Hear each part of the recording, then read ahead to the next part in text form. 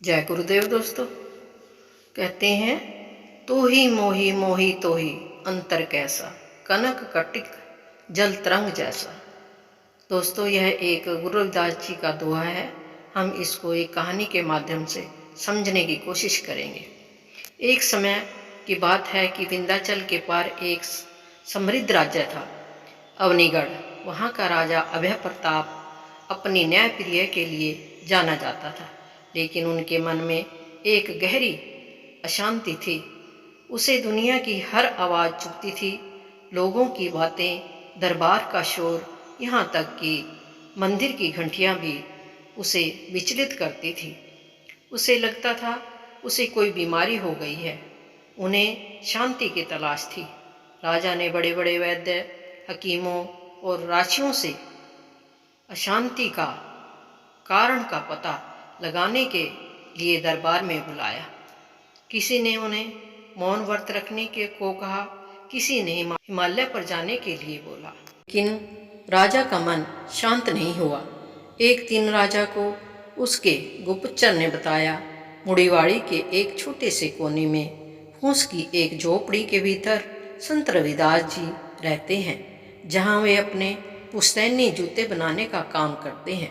रविदास जी के लिए चमड़ा केवल एक वस्तु नहीं और ना ही जूते बनाना केवल एक आजीविका थी। उनके लिए हर टांका भगवान के नाम का सुमिरन करता था। सुई का ऊपर आना हरि और नीचे जाना ओम का सिमरन था। कहा जाता है कि जब वह अपना काम करते हैं तो उनके पास बैठने मात्र से लोगों के मन का कोलाहल थम जाता है। वह कोई उपदेश नहीं देता, बस अपना काम करते हैं। राजा अभय प्रताप ने भेष बदला। उसने एक साधारण व्यापारी का रूप धारण किया और काशी की ओर चल पड़े। भेष तो बदल लिया, लेकिन जूते बदलना भूल गए। वह यह देखना चाहते था कि क्या एक साधारण चर्मकार उसे वह शांति दे सकता है जो बड़े बड़े वैद्य नहीं दे पाए। रविदास जी अपनी कुटिया के बाहर बैठे एक फटे हुए जूते को ठीक कर रहे थे। राजा वहां पहुंचा और कुछ दूरी पर खड़े हो गए, लेकिन संत तो पहले से ही सबके हृदय के जानने वाले जानी जान होते हैं। रविदास जी ने सिर नहीं उठाया, वे अपनी सुई और धागे में मगन थे। राजा को लगा कि संत ने उसे देखा नहीं। राजा ने बड़ी विनम्रता से कहा, मेरा जूता टूट गया है, क्या आप इसे ठीक कर देंगे? रविदास जी ने अपनी गहरी शांत आंखों से राजा की ओर देखा।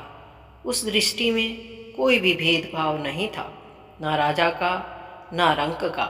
उन्होंने मुस्कुराते हुए कहा, धारिये, जूता तो ठीक हो जाएगा, पर क्या जिस पाँव में वह पहना जाएगा वह थक गया है या अब भी उसे और भागना है? राजा बड़ा अचंभित हो गया। उसने कहा, पाँव तो नहीं थके, पर मन थक गया है। रविदास जी ने राजा को अपने पास बैठने का इशारा किया। रविदास जी ने राजा का धूल से सना हुआ जूता अपने हाथ में लिया। वह जूता मखमली और सोने की तारों से जड़ा था, जो एक व्यापारी का नहीं हो सकता था। रविदास जी सब समझ गए, पर उन्होंने कुछ कहा नहीं। इसे ठीक करने में समय लगेगा, रविदास जी ने कहा।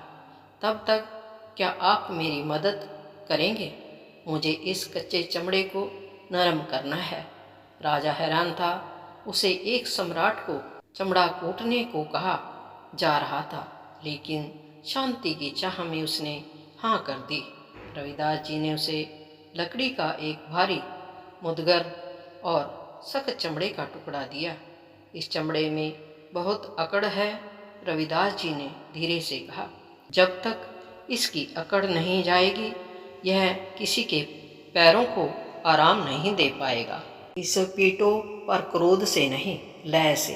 राजा ने चमड़े को पीटना शुरू किया।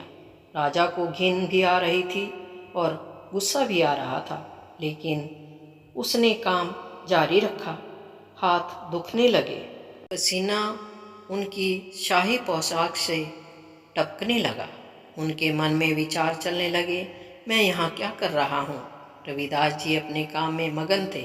बीच बीच में अपनी वाणी गुनगुनाते, तो ही मोही मोही तो ही अंतर कैसा, कनक कटिक जल तरंग जैसा। वे कहते, तुझ में और मुझ में क्या अंतर है। ऐसे ही जैसे सोने और उससे बने कंगन में, या जल और उसकी लहर में। काफ़ी वक्त बीत चुका था, राजा का शरीर थक चुका था, लेकिन एक बात अच्छी हुई कि लयबद्ध आवाज़ में चमड़े को पीटते पीटते राजा का ध्यान अपने मन से हटकर उस काम पर चला गया। उसे पहली बार लगा कि यह चमड़ा उसका दुश्मन नहीं, बल्कि एक माध्यम है। रविदास जी ने राजा को रुकने के लिए कहा और उनसे वह चमड़ा ले लिया, क्योंकि अब चमड़ा नरम और लचीला हो चुका था। उन्होंने कहा, देखो, यह सब सख्त था तो यह बेकार लग रहा था। अब जब इसने अपनी कठोरता छोड़ दी, चोट सहकर नरम हो गया है, अब यह किसी के भी पैरों की रक्षा कर सकता है।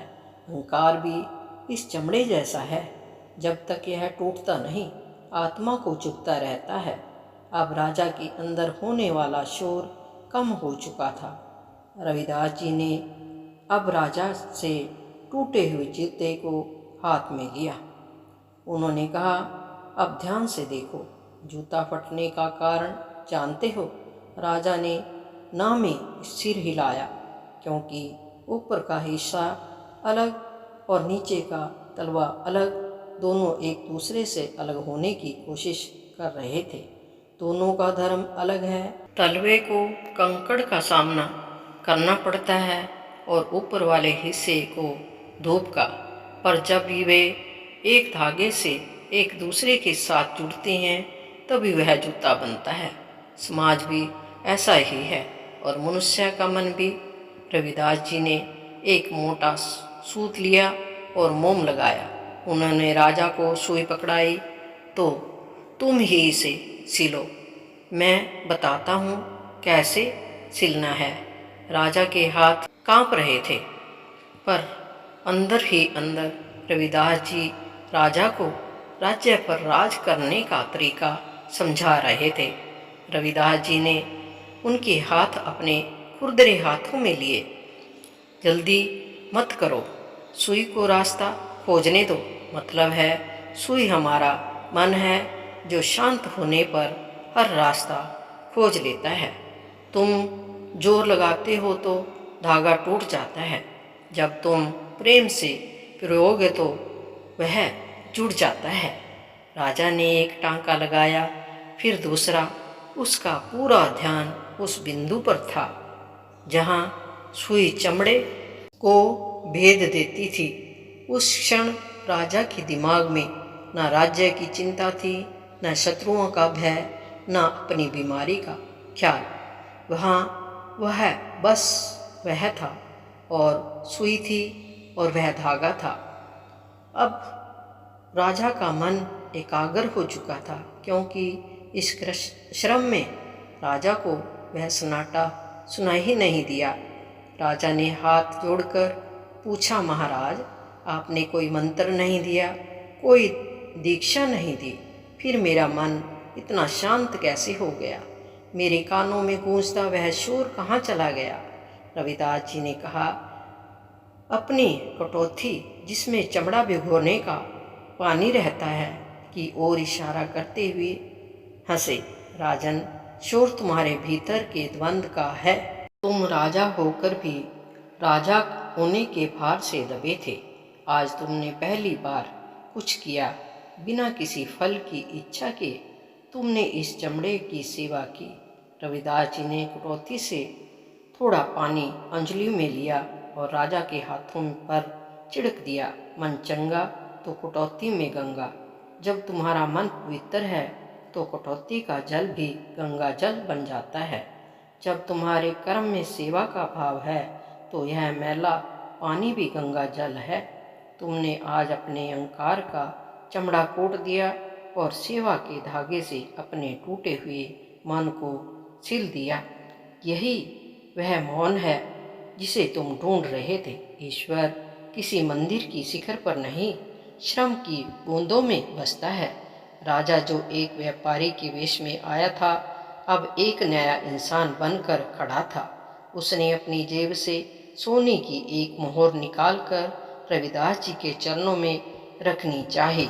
रविदास जी ने प्यार से उसका हाथ रोक दिया। नहीं राजन, मेरी मेहनत का दाम बस 2 आने हैं, जो जूता सिलने का लगता है, और तुम्हें अगर सच में कुछ मुझसे कुछ देना है तो अपने राज्य में जाओ और राज करना छोड़ दो। राजा चौंक गया। राजा कहना, राज करना छोड़ दो? हाँ। रविदास जी मुस्कुराए।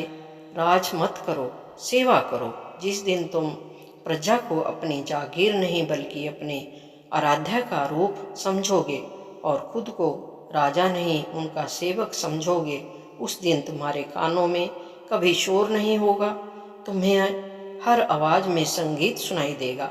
राजा ने 2 आने का सिक्का रविदास जी की कटौती के पास रखा, उनके चरणों की धूल अपने माथे पर लगाई और वापस लौट गए। कहते हैं कि उस दिन के बाद महाराज अभय समझ गए कि परमात्मा को पाने के लिए संसार छोड़ने की नहीं बल्कि संसार को सेवा की दृष्टि से देखने की जरूरत है। दोस्तों, यह कहानी हमें सिखाती है कोई काम छोटा या बड़ा नहीं होता। एक राजा के हाथ भी वही शांति महसूस कर सकते हैं जो एक मोची के हाथ, बशर्त कर्म में पवित्रता हो। अहंकार ही हमारे दुखों का कारण है। जिस दिन हम कठोर चमड़े रूपी अहंकार को विनम्रता से नरम कर लेते हैं तो हमें ईश्वर की प्राप्ति हो सकती है। भगवान आडंबरों में नहीं बल्कि हमारी नियत और अपने पसीने में है। यदि आपका मन साफ है तो आपके साधारण संसाधन भी कटौती के जल की भांति परम पवित्र गंगा जल बन जाते हैं। जय गुरुदेव। दोस्तों, वीडियो अच्छी लगे तो चैनल को सब्सक्राइब करिए, लाइक करिए, शेयर करिए, सब्सक्राइब करिए, कमेंट करिए और बेल आइकन को हिट करिए। धन्यवाद।